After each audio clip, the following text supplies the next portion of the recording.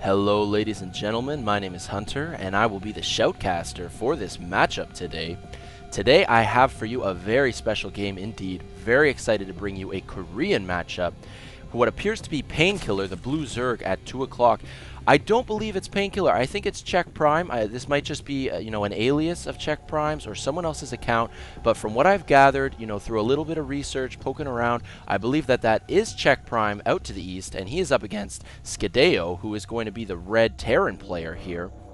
So once again, Korean matchup, and I've said from day one of my channel, I want to specialize in the Korean games. I find these matchups to be a lot more entertaining, and it's just what I want to do. So finally bringing you a Korean match after, they're hard to find, Korean matches are a little bit hard to find. The Korean Starcraft websites are obviously in another language, so sort of harder for me to navigate through, but I was able to get my hands on a few. So this is going to be the first Korean game. And as we see Skidayo, he is putting up a supply depot at the top of his ramp, and Check here is, he hasn't gotten a spawning pool yet. Let's see if he does a 14 pool or, 14 hatch possibly, but we're just going to have to wait and see. Barracks going up, going to complete that wall in at the top of Skidayo's ramp. And Skidayo sending that SCV out in the wrong direction, but with cross-positional Lost Temple spawning locations, you can't really send your SCV in the right direction. So 12 supply, we're getting a refinery. Same goes for the reactor at 14 supply and a 14 pool as well. So it looks like Check here may be looking to put on some early pressure. He's decided not to fast expand, very congruent with the Korean style of play, which is, very micro-intensive and a little bit less focused on, economic play, which again, one of the reasons why I much prefer these replays. A lot more battles, harassment, constant action, as opposed to, just two players spending 10-15 minutes macroing up a gigantic army and just having one battle.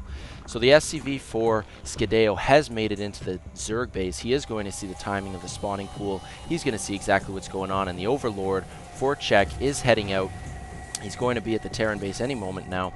And, looks like we're going to get some Reapers. So that early gas has been used to fund the Tech Lab and Reapers, with an orbital command coming out as well. Queen will be arriving shortly. And it's interesting that Check has opted not to go, with any drone scouting. Check is going to, trust his instincts and just do what he can with this 14 pool. And the waypoint for the Reapers is just at the natural expansion for the Zerg player. So I'm interested to see what's going to go on here, as we got 4 Zerglings who are going to try to fend off this initial Reaper. This Overlord is staying on the high ground, going to keep out of sight of Skidayo's forces. This SCV not reacting very well. He was not prepared for these 4 Zerglings, and this Reaper just a little bit late to the party, as the Reaper will be able to pick off one of the Zerglings, but was not able to save his comrade, the SCV there. And let's see what this Reaper has in store for Check and how Check will decide to defend, as this Reaper is entering the base at this point, and he has just turned around. Is he going to go in? What's he going to try to do and try to take out a Queen? Doesn't look like it, as he doesn't have any other Reapers with him. So it looks like Skidayo is just going to chill with that Reaper for now. Larva spewing out of that hatchery. Queen continuing to inject additional larvae. So going to get some forces going here with that metabolic boost for the Zerglings, and turning it into a lair as well. So he is getting lair tech quite early.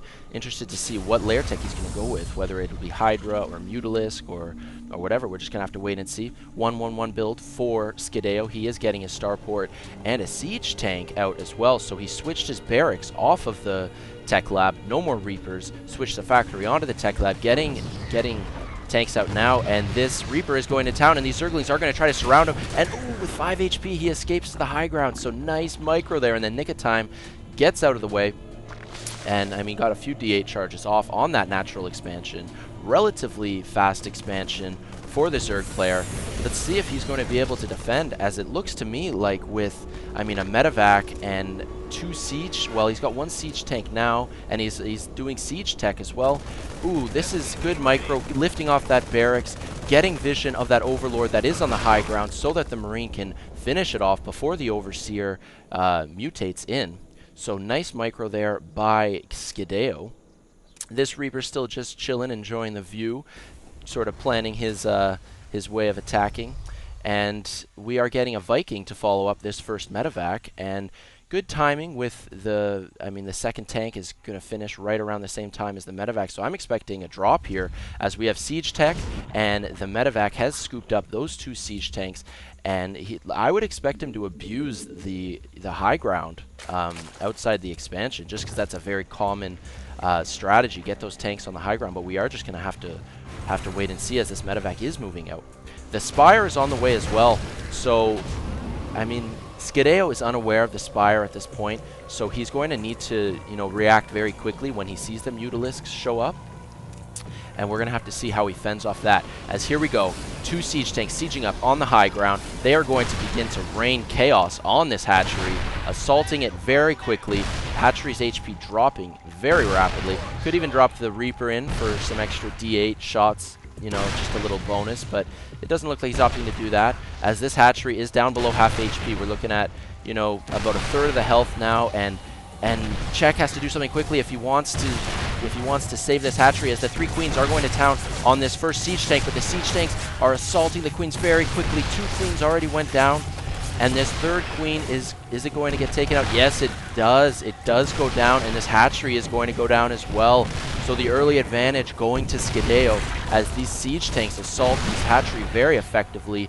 With the vision of the high ground, the overlords tried to provide for the queens, but the queens just couldn't do it. And the Mutalisks are out, though. The Mutalisks are chasing down this medevac, and it looks like the Mutalisks are going to have no problem taking out the medevac, because there is no anti-air at this point, no Vikings in this area, and no Marines on the ground. So that medevac went down. This siege tank is going to go down as well, and I would expect that the siege tank on the high ground is not going to last very long either. So losing the hatchery, yep, a big shot in the arm, but you know what? He was able to respond. Check was able to respond, taking out the medevac, taking out both siege tanks. He's going to try to expand as well, getting a command center out as well. He's going to lift that off to his natural expansion. 2 barracks is producing units, and an armory as well. So it looks like we are going to see Thors. So that is the decision Skidayo has made to deal with the Mutalisks. Get the Thors out. Get that splash damage going on any clumped up Mutalisks that might be around, and try to defend as best he can. But this is what I was talking about, guys. This Korean play, constant harassment, movement with these Mutalisks, going to bug the mineral line. Very nice play. These 2 Vikings are going to be pretty effective, and I'm not sure what he's going to go for, what Check is going to go for. He is focusing down the Vikings. Vikings moving overhead of the missile turret, going to be very effective against Mutalisks. Mutalisks opting to back out at this point, as there are 5 Mutalisks left, and continuing to macro up more Mutalisks, I would expect very soon. Although Check has gotten a Baneling nest, he is getting those centrifugal hooks, going to increase Baneling speed, maybe going to go for a Baneling bust, maybe just going to use the Banelings to defend and, you know, maintain map control, as more harassment going down here, and I would expect this to continue from the Korean pro Check.Prime here.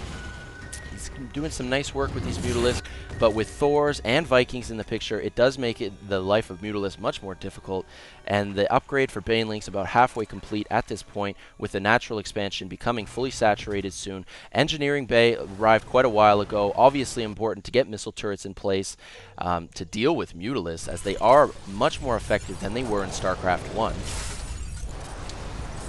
Calling down mules, a little bit, I mean, he didn't micro his orbital commands perfectly, you know, calling down 2 mules at a time. But that's not going to be the end of the world, as the natural expansion for Skidayo is up and running. He is going to have an economic advantage shortly, unless the Zerg player continues to expand. In a ZvT rather, it's very important to get, you know, Zerg, you know, off of 3 bases against 2 bases for the Terran. You have to have, more bases when you're going up against a Terran player. And this Hellion, running for dear life, he is going to try to escape to the north position. He can drive a little bit faster than the Mutalisks can fly, but he has trapped himself in a corner, sacrificing that Hellion for the extra scouting. And now the Baneling has completed, so we do have fast Banelings along with these Mutalisks, and quite a number of Zerglings on the ground as well. So interesting unit composition for Check.Prime, and it looks like right now Skidayo is opting to just macro up, going to build up his forces, upgrade his infantry weapons level 1, should maybe consider the high-sec auto-tracking, just because this seems like a very Mutalisk-heavy build so far from the Korean Check.Prime. And, I mean, obviously that range boost is very crucial. Going to take out these destructible rocks. Looks to me like Check.Prime is going to look to secure this gold expo, and get that very crucial third base and try his best to keep the Terran player Skidayo at one base. Melee attack level 1 going up and producing 20 Zerglings at this point.